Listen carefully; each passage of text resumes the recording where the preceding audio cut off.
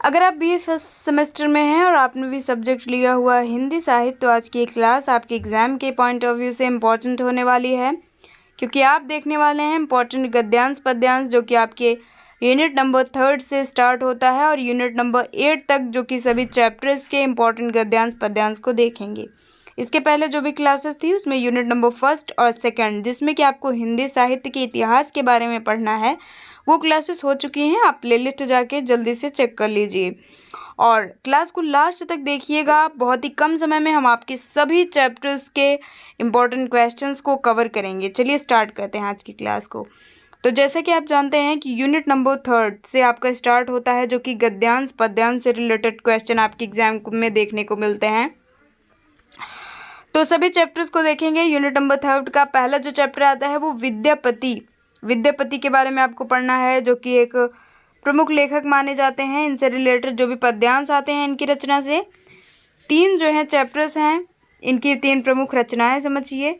पहला आता है राधा की वंदना, दूसरा आता है श्री कृष्ण प्रेम और फिर आता है राधा प्रेम। ये 3 इनकी प्रमुख रचना है, राधा की वंदना, श्री कृष्ण प्रेम, राधा प्रेम।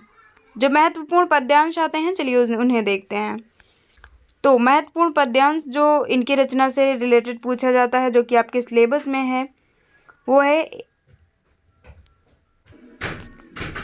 तो विद्यापति ने अपनी इन रचनाओं में जो 3 रचनाएं देखी आपने, जो आपके सिलेबस में है, इसमें राधा कृष्ण के प्रेम में मधुर भक्ति का चित्रण कीजिए। किस तरह से इन्होंने अपनी रचनाओं में मधुर भक्ति का चित्रण किया है, आपको ये बताना है। तो उत्तर लिखिए कि विद्यापति ने प्रेम को भक्ति के रूप में रूपायित किया है। राधा कृष्ण का मिलन आत्मा और परमात्मा के मिलन का प्रतीक है। विद्यापति जी कहते हैं वे प्रेम को भक्ति से जोड़ते हैं, यानी वो कहते हैं कि प्रेम जो है वो भक्ति का ही रूप है और वो श्री कृष्ण और राधा को आत्मा और परमात्मा के रूप में मिलन का प्रतीक मानते हैं। इन रचनाओं में ये जो 3 प्रमुख रचनाएं हैं, मुख्य रूप से इन्होंने इन्हीं सब बातों का जिक्र किया है, राधा और कृष्ण के प्रेम के बारे में।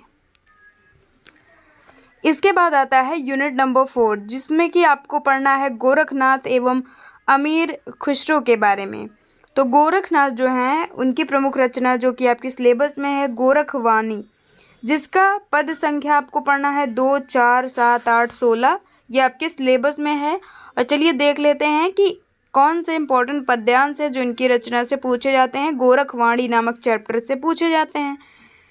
तो गोरखनाथ का एक प्रमुख फेमस पंक्ति जो है, जिसकी व्याख्या करने को आपको देखने को मिलेगा एग्जाम में, सईत न दीजिए जाके कुटुम्ब समाय। गोरखनाथ की गोरखवाणी का एक पद्यांश है, तो आप इसकी व्याख्या करेंगे। सबसे पहले अगर मान लीजिए संदर्भ आता है तो आप लिख दीजिएगा कि यह जो है गोरखवाणी का एक पद है जो जिसके लेखक हैं गोरखनाथ। और फिर व्याख्या कीजिए कि जीवन में जितनी आवश्यकता हो उतना ही धन संपत्ति हो, लोभ ना हो। यह कहते हैं गोरखनाथ अपनी रचना गोरखवाणी में कि सही इतना दीजिए, कि जीवन में उतना ही दीजिए। ईश्वर से कह रहे हैं कि जाके कुटुम्ब समाज, जितनी की हमें आवश्यकता है और हमें किसी भी चीज़ का लोभ ना हो। अब चलिए देख लेते हैं नेक्स्ट चैप्टर को। अब इसके बाद आपको पढ़ना है अमीर खुसरो के बारे में। तो इनका इम्पोर्टेंट पद्यांश जो है, इनकी जो प्रमुख रचना है जो आपके सिलेबस में जिसके बारे में पढ़ना है, वो है कव्वाली, गज़ल और दोहे। जो कि कव्वाली का घ खंड और गज़ल का 3-4 दोहे, और दोहे का पृष्ठ नंबर 86 और 05। कुल मिला के आप इम्पोर्टेंट पद्यांश पर ध्यान दीजिए। तो खुसरो कहते हैं कि खुसरो दरिया प्रेम का उल्टी वाकी धार। इसकी व्याख्या है कि प्रेम में अहंकार नहीं, स्वयं को मिटाना ही सच्चा प्रेम है। वह कहते हैं कि सच्चा प्रेम वही है जो खुद को मिटाए और जिस प्रेम में अहंकार नहीं होता।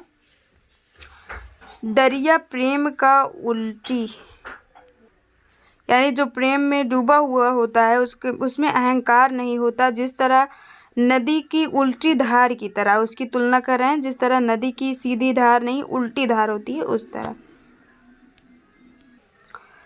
इसके बाद देखेंगे यूनिट नंबर 5 जिसमें कि भक्तिकालीन निर्गुण कवियों के बारे में पढ़ना है। सबसे पहले कवि आ जाते हैं कबीरदास। कबीरदास जी जो हैं इनकी प्रमुख रचना जिसके बारे में जो कि आपके चैप्टर में है साखी और शबद, इससे रिलेटेड पद्यांश पूछे जाते हैं। कबीरदास इसके रचयिता हैं। संदेह आए तो आप लिख दीजिएगा कि साखी और शबद के जो रचयिता हैं वो कबीरदास जी हैं और साखी और शबद का ये एक प्रमुख पद्यांश है फिर जिसमें कि इन्होंने ईश्वर के बारे में बताया हुआ है। चलिए पहले व्याख्या देख लीजिए। जो प्रमुख पद्यांश आपको देखने को मिलता है वो है मोको कहाँ ढूंढे रे बंदे।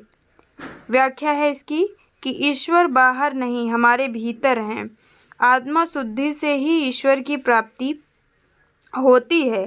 कबीरदास जी जो कह रहे हैं, कबीरदास जी जो निर्गुण भक्ति धारा के कवि हैं। निर्गुण का मतलब ये निराकार ईश्वर को जो है निराकार मानते हैं। तो ये कहते हैं कि मोको कहाँ ढूंढे रे बंदे। ईश्वर कहता है कि मुझको कहाँ ढूंढ रहे हो, मैं तो तुम्हारे भीतर ही हूँ। आत्मशुद्धि से यानी हमारा मन जब साफ होगा, किसी के प्रति ईर्ष्या भाव अहंकार नहीं होगा, तभी हमें ईश्वर मिल सकते हैं, वो भी हमारे अंदर ही। ऐसा कहते हैं कबीरदास अपनी रचना प्रमुख रचना साखी और शबद में। यूनिट नंबर 5 का सेकंड चैप्टर जो है मलिक मोहम्मद जायसी का है। मलिक मोहम्मद जायसी जो कि ये भी एक कवि माने जाते हैं, निर्गुण भक्ति धारा के कवि हैं। इनका जो आपके सिलेबस में इनकी जो प्रमुख रचना के बारे में पढ़ना है पद्मावती। पद्मावती इनकी प्रमुख रचना है जो कि एक प्रेमाख्यान है, प्रेम के बारे में इन्होंने वर्णन किया है। तो इससे इस रचना से रिलेटेड जो इम्पोर्टेंट पद्यांश आपको देखने को मिलेगा वो है ईश्वर प्रेम सागर मन रूपी पतवार। इसकी व्याख्या है कि प्रेम ही सच्चा मार्ग है जिससे आत्मा परमात्मा से जुड़ती है, यानी आत्मा और परमात्मा को जोड़ने का सच्चा मार्ग प्रेम है। ऐसा कहते हैं जायसी मलिक मोहम्मद जायसी अपनी रचना पद्मावत में जो कि आपके सिलेबस में है, यानी ईश्वर प्रेम सागर मन रूपी पतवार। अब देखिए यूनिट नंबर 6 का चैप्टर जो है वो है रीतिकालीन कवियों के बारे में पढ़ना है। यूनिट नंबर 6 में आपको सबसे पहले कवि आ जाते हैं केशवदास जिनकी प्रमुख रचना है रसिक प्रिया। इसी के बारे में आपको पढ़ना है। बीए फर्स्ट ईयर के सिलेबस में यही इनकी रचना है। यूनिट नंबर 6 में चैप्टर नंबर 1 केशवदास की रसिक प्रिया। जो इम्पोर्टेंट पद्यांश देखने को मिलता है इस चैप्टर का वो है प्रथम प्रकाश नारी रूप प्रेम और सौंदर्य का वर्णन किया है इन्होंने रसिक प्रिया में।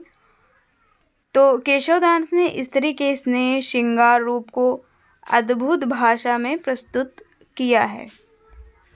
इसके बाद जो नेक्स्ट चैप्टर आता है आपका वो बिहारी की जो रचना है जिसके बारे में आपको पढ़ना है आपके सिलेबस में है वो है सतसई नामक रचना जो कि बिहारी इसके लेखक हैं।